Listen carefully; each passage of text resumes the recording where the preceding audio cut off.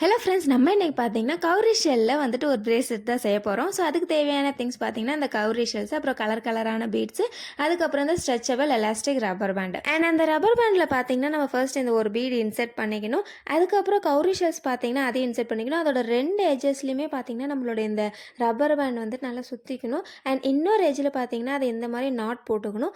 இந்த மாதிரி நாட் போட்டோன்னா நம்மளோட அந்த கவுரி ஷெல் வந்துட்டு எங்கேயுமே மூவ் ஆகாது. ஸோ இதே மாதிரி பார்த்தீங்கன்னா நம்ம கைக்கு நான் இங்கே பார்த்தீங்கன்னா ஒரு 4-5 கவுரி ஷெல் போட்டிருக்கேன். ஏன்னா என் கை ரொம்ப குட்டி அதனால். ஸோ அதே மாதிரி நம்ம எல்லா ப்ராசஸுமே ரிப்பீட் பண்ணிக்கணும். கடைசியாக பார்த்தீங்கன்னா நான் வந்துட்டு சும்மா லைட்டாக எட்ஜஸில் மட்டும் இந்த கலராக இருக்கிற பீட்ஸை வந்துட்டு ஒரு 4-5 இன்சர்ட் பண்ணிக்கிட்டேன்.